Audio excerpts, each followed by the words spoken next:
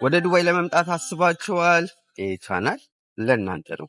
ዱባይ ላይ ስላሉት እያንዳንዱ ነገሮች ከአስከፈ በዝርዝር ታገኛላችሁ። በነገራችን ላይ ዱባይ ሳይሆን ዩናይትድ አረብ ኤምሬት ዩኤ በሚለው እንያዘው ማለት ነው።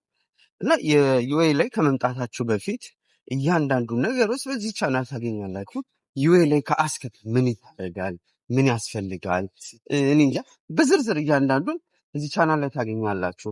ምንም የሚቀር ነገር የለም። በቃ እዚህ ቻናል ላይ ስለ ዩኤ እንዳስሳለን። ኑሮ ሁኔታ፣ ቢዝነስ፣ ገበያው እያንዳንዱን እናያለን። እያንዳንዱ የብር ምንዛሬ እንዴት መንቀሳቀስ አለባችሁ፣ ስራ ኤ ቱ ዜድ በዚህ ቻናል ታገኛላችሁ። 1 ዓመት ከ5 ወር ላይ በቲክቶክ ሰርቻለሁ። አሁን ደግሞ ወደ ዩቲዩብ መጥቻለሁ እና በዩቲዩብ ደግሞ ስለ ዩኤ መረጃዎችን ታገኛላችሁ።